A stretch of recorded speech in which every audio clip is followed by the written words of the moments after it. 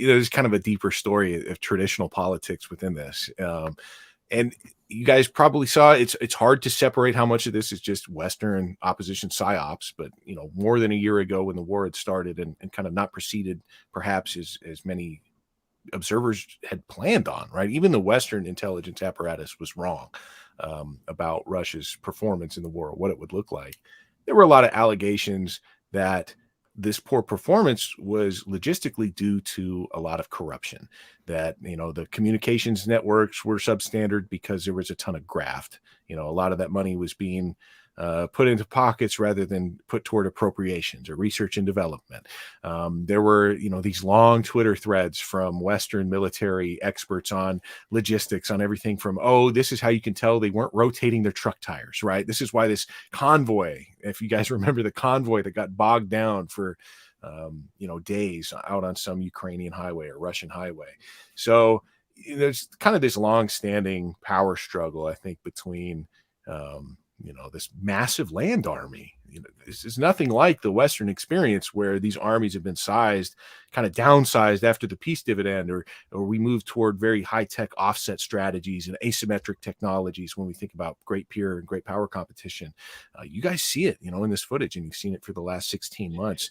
The core of Russian power is still land power, and it's this massive military apparatus that isn't just, it's unthinkable. Think about like the British military deploying tanks from the 1940s or 1950s, or even having them in a state that they were ready to be deployed en masse. There are deep reserves of manpower, deep reserves of weapons.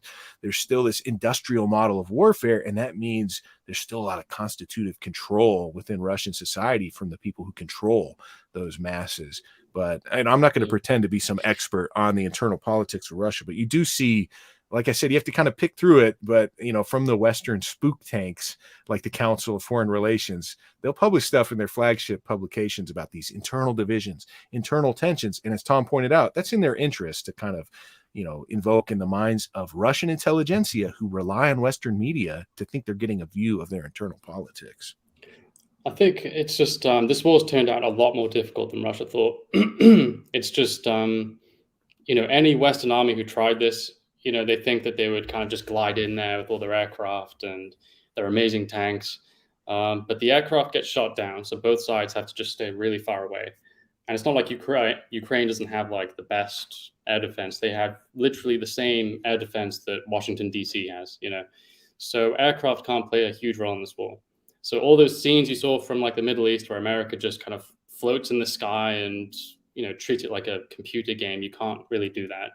You can have drones close to the front, but you can't bring a plane over Kiev. That's just complete suicide.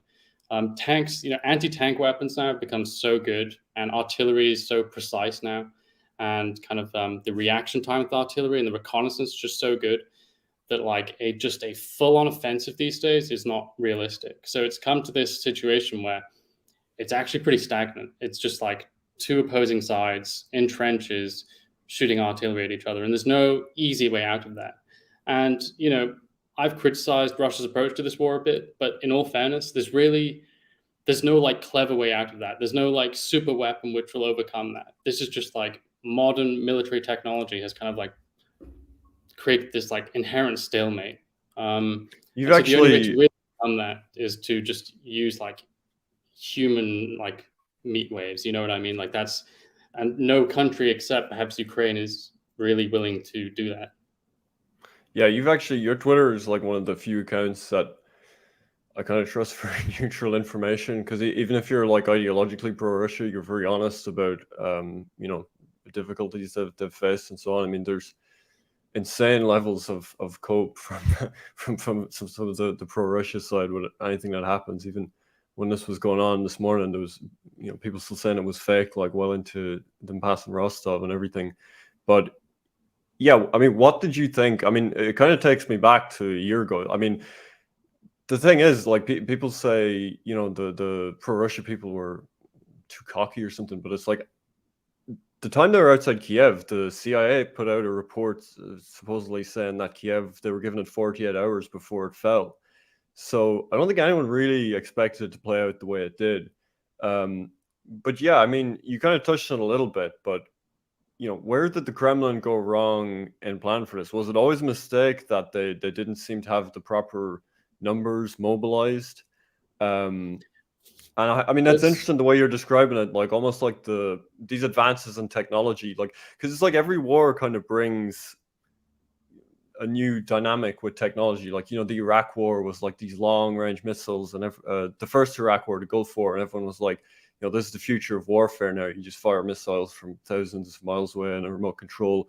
But yeah, it's kind of interesting, the dynamic of how the advanced technology kind of brought things back to a much older style of warfare. The way you're describing it, like, because actually the defenses get better, so it's easier to defend against tanks and airplanes. And yeah, it seems like, I mean, it seems like the main weapon of this war is artillery. So it's this weird dynamic where you have artillery and trench warfare.